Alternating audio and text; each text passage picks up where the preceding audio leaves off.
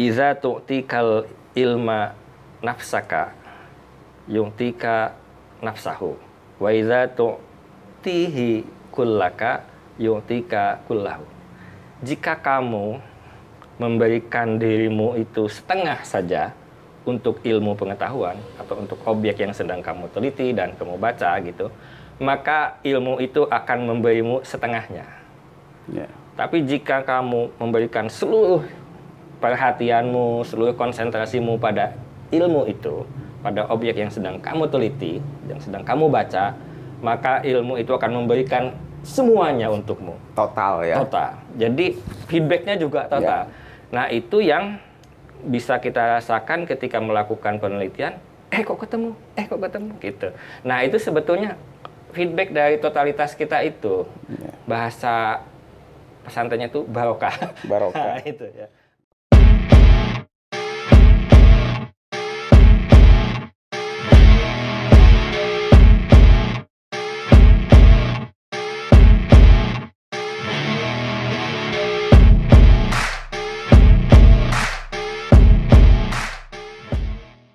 Ketika kita total menulis tentang ini, memberikan perhatian yang total, kalau itu tokoh, apalagi muslim gitu, maka tanpa ragu kita misalnya mengirim surat Al-Fatihah, membacakan surat Al-Fatihah dan seperti itu kan.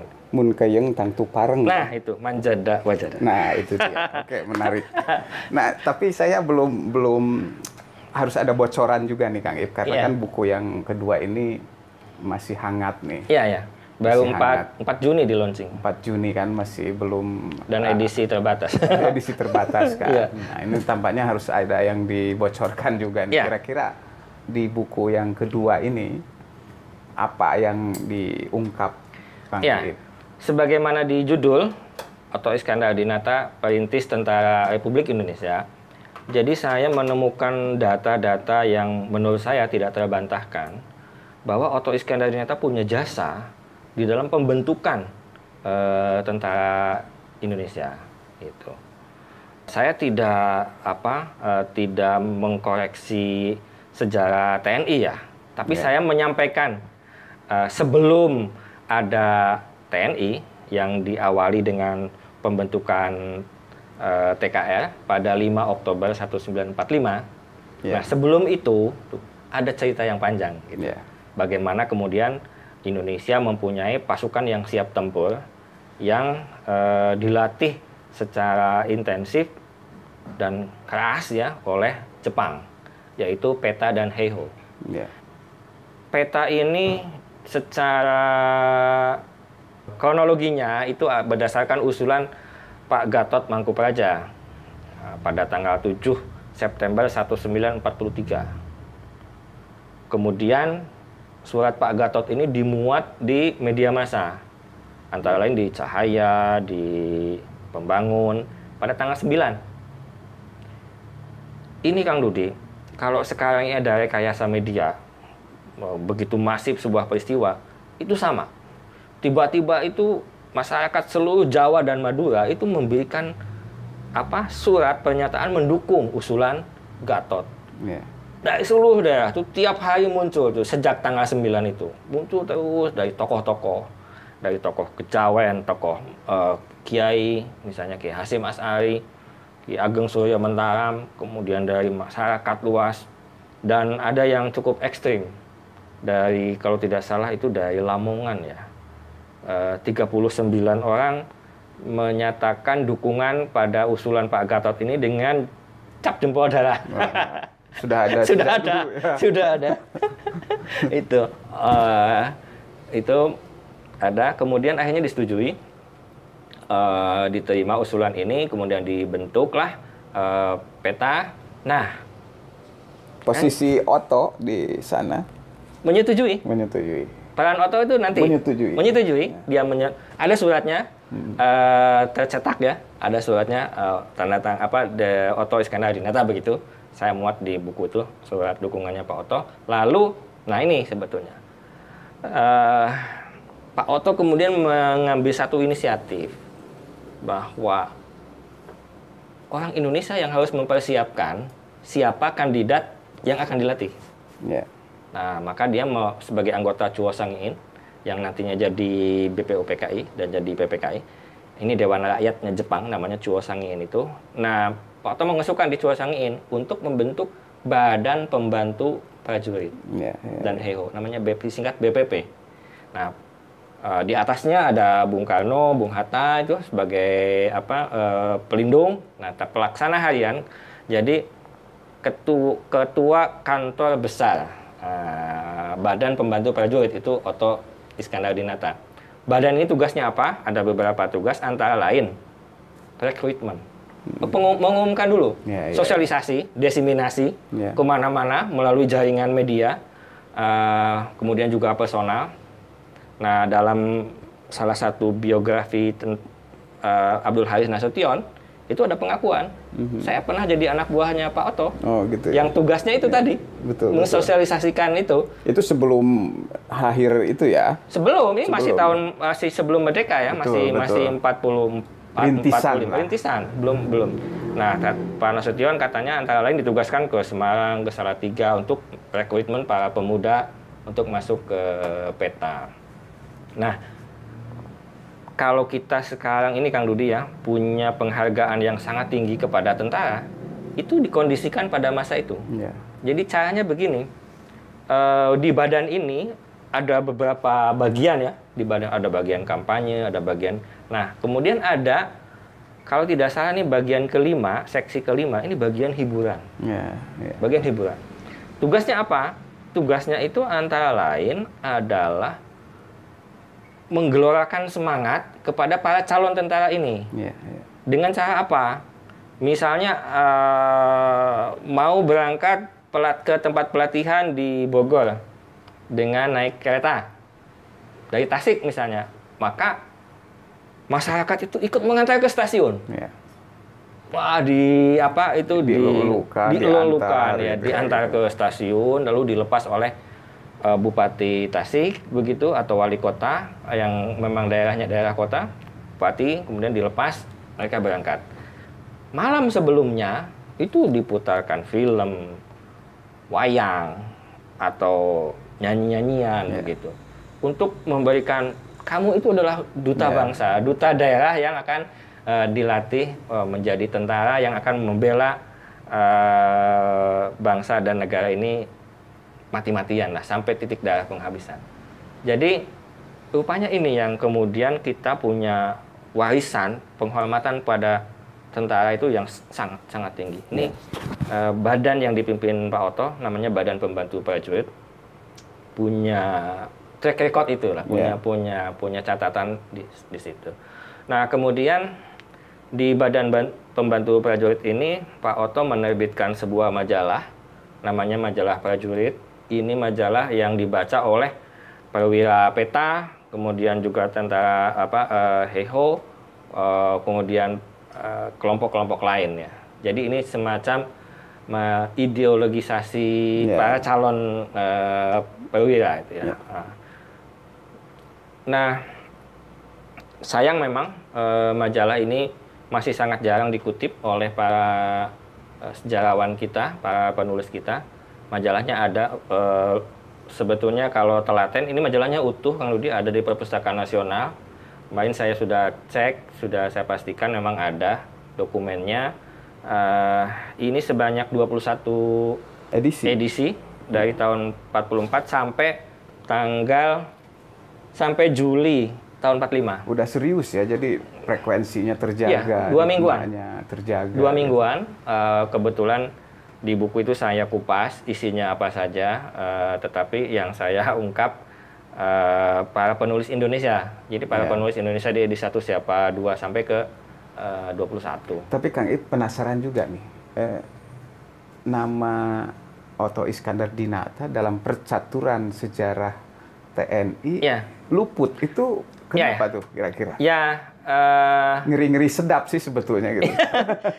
Makanya saya berkonsultasi soal ini dan akhirnya saya sampai pada diksi perintis Tentara Republik Indonesia. Maka dalam launching di Paguyuban Pasundan 4 Juni 2022 yang lalu, saya mengusulkan dengan sejumlah fakta yang saya temukan ini saya sampaikan tidak berlebihan kalau saya mengusulkan bahwa Otto Iskandar adalah salah satu perintis Tentara Republik Indonesia. Saya tidak menyatakan pendiri tapi perintis. Salah satu perintis. Jadi saya pikir cukup soft yang kita usulkan, dan kalau ini memang nanti bisa diterima secara institusi oleh TNI, tentu kita sangat senang sekali, dan kita sangat terbuka kalau ada tokoh lain yang memang juga ikut sebagai perintis, mangga gitu, dengan bukti-bukti yang bisa disampaikan. Nah itu dia menarik, dengan bukti-bukti yang bisa ditunjukkan, disuguhkan gitu. Betul. Jadi saya memilih untuk tidak istilahnya mengutuk kegelapan, karena Pak Otto tidak disebut-sebut gitu. Saya tidak ingin menyalahkan pihak manapun. Betul. Nah, karena saya menemukan data-datanya dan cukup banyak, maka saya memilih menyalahkan lilin. Itulah yang saya pilih. Betul, ini menarik karena memang kalau tidak ada kepedulian itu Kang Ibu untuk mengungkap yang menyalakan lilin itu, tampaknya memang gelap gulita. Orang tidak tahu tuh siapa Otto Iskandar-Dinata dalam konteks dia ikut merintis gitu. Tentara Republik Indonesia, tentara nasional malah sekarang kan. Jadi saya bisa membuktikan di dalam majalah Prajurit itu Kang Dudi, juga dalam liputan-liputan media. Pak Otto itu bisa memanggil komandan peta seluruh Jawa Madura. Jadi kalau rapat di BPP mengundang, mereka datang. Itu. Dan kenapa kemudian Pak Otto ketika pembentukan kabinet pertama, dia adalah Menteri Negara bidang pertahanan. Di sidang PPKI pun beliau membidangi itu. Itu. Militer ya? Militer. Makanya semakin masuk akal ketika kemudian dia menjadi target nomor 1. Karena dia yang memegang kendali pada kekuatan militer strategis pada waktu itu. Waktu itu. Begitu. Nah, bisa lebih spesifik lagi nih Kang Ip. Karena untuk menulis buku ini butuh keberanian. Butuh keberanian karena ada hal-hal tertentu yang memang tadi juga sebetulnya tidak ngeri-ngeri sedap sih ya, tapi karena memang kalau ada fakta-faktanya, ada bukti-buktinya, ada dokumen-dokumennya. Nah, yang membuat Kang Iip berani, yakin gitu, ludeng gitu. Ludeng itu apa ya istilahnya? Jadi berani lah gitu ya. Menulis itu kira-kira apa tuh yang mendorong itu? Saya pikir sudah saatnya untuk disampaikan ke publik gitu, dan wajar ya seorang Otto Iskandar-Dinata memang salah satu tokoh yang sangat concern pada urusan kemiliteran Kang Dudi. Jadi wacana-wacana yang dia sampaikan di seputar itu tuh memang sangat kuat gitu, dan saya sampaikan bukti-buktinya, kutipan-kutipan dari media yang mengutip pidato-pidato beliau. Memang dia menyatakan bahwa unsur militer itu sangat penting dalam sebuah bangsa. Itu saya kutip di edisi pertama, saya jadikan kutipan di sampul belakang. Nah, fakta-faktanya sangat terbuka sebetulnya kalau kita tahu di mana mencarinya, dan saya rasa sulit untuk membantah ya. Jadi yang saya sampaikan ini adalah sesuatu yang sangat terbuka, data terbuka, bisa diakses oleh siapapun, dan apa salahnya? Gitu. Dan itu dimuat media ya? Dimuat media. Jadi saya istilahnya Profesor Reza itu menggunakan data primer media sezaman. Beliau karena akademisi jadi bisa menjelaskan itu. Kalau saya sih, pokoknya saya tidak ngarang, tidak bohong, saya kutipannya jelas. Bahkan saya muat Kang Dudi contoh dokumen-dokumennya. Bilih terpercanten tak iya. Yang saya kutip itu bisa dibaca bersama. Barangkali nanti tafsirnya berbeda, silakan. Nah, yang sangat senang saya sampaikan itu di buku ini saya bisa membuktikan Kang Dudi, ada 3 tokoh yang menjadi bagian dari kerja-kerja Pak Otto di Badan Pembantu Prajurit ini. Yang pertama yang ingin saya sampaikan adalah yang kemudian kita kenal sebagai Jenderal Sudirman. Dia adalah Sudanso dari Banyumas, itu. Berarti kalau ada rapat nggak asing lagi ya dengan asing. Nama itu. Dia kan? pasti tahu karena dia pasti baca majalah prajurit, itu pasti dia tahu siapa Otto Iskandar-Dinata. Dan kemudian tadi Pak Nasution sudah kita jelaskan. Jadi dua tokoh TNI yang paling dihormati ini pernah dikenal dan mengenal Otto Iskandar-Dinata. Bahkan ada testimoni khusus kan tentang sosok Otto kan. Ya, gitu. Nah ini yang ketiga, ini tokoh ketiga ini agak surprise juga bagi saya. Di dalam biografi Tan Malaka yang ditulis oleh Hari Puse itu dijelaskan ketika Tan Malaka tinggal di Bayah tahun 40-an itu, Bayah, Banten. Lebak ya, di Kecamatan Bayah. Itu Tan Malaka sempat memimpin Badan Pembantu Prajurit Ranting Bayah. Jadi katakanlah kalau Pak Otto itu PBNU, nah ini Ranting, ketua Ranting. Jadi ini mungkin ya ketemu atau tidak saya tidak tahu, tapi pasti tahu lah. Pak Otto tahu ada nama ketua Ranting di Bayah ini namanya apakah namanya Tan Malaka atau pakai nama Pak Husen itu kan dia namanya suka ini ganti-ganti untuk menyamakan dirinya. Nah, tetapi itu jelas ditulis di dalam, dan catatan itu diakui oleh para pecinta Tan Malaka bahwa di Bayah dia melakukan itu, terlibat di dalam Badan Pembantu Prajurit itu. Nah, berarti secara struktur kan itu ada di bawah Pak Otto Iskandar-Dinata. Jadi ini semacam mozaik yang belum terhubung ya waktu sekarang dengan begini kan jadi. Jadi dengan buku ini saya semakin menemukan argumen kenapa Pak Otto harus dihilangkan, gitu. Tapi itu di proyek selanjutnya ya, Kang Dudi. Karena ada temuan yang mengagetkan juga bagi saya, sehingga saya belum hilang kagetnya. Jadi nanti kalau saya sudah tidak kaget lagi akan saya tulis kenapa Pak Otto harus dihilangkan dan kemudian bahkan difitnah difitnah sehingga orang pada masa itu segan untuk menyebut Pak Otto. Jadi hampir di dalam biografi sejumlah tokoh nasional kita itu tidak menyambut Pak Otto. Itu sangat disayangkan sebetulnya. Saya sedih awalnya, tapi saya pikir saya memaklumi kondisinya karena Pak Otto difitnah sedemikian rupa. Ada soal uang lah, ada soal macam-macam gitu. Tapi itu sudah bisa kita klarifikasi, kita buktikan bahwa Pak Otto tidak bersalah. Sehingga mau tidak mau Kang Dudi, memang kematian Pak Otto ini konspirasi. Mau tidak mau saya harus mengatakan itu. Dan konspirasi kenapa? Pak Ottonya diculik, dibunuh, terus ulangnya pasea. Saha nu nelasan Pak Otto. Dan tidak terjawab. Kita menuduh si A, menuduh si B, dan saling tuduh. Jadi ini luar biasa ininya. Keruh ya. Ininya tuh permainannya luar biasa. Ini beyond kemampuan orang Indonesia. Jadi Pak Ottonya hilang, terbunuh, kemudian kitanya bertengkar sampai hari ini. Siapa yang masih ya residunya? Masih sampai hari ini berdenyut. Jadi kemarin itu saya waktu launching di Paguyuban Pasundan itu ada cepopong. Cik atuh cenah saha eta anu nelasan Otto Iskandar-Dinata. Nah itu ya mudah-mudahan saya diberi kesempatan usia, tenaga, waktu untuk bisa mengungkap ini lebih jelas. Betul.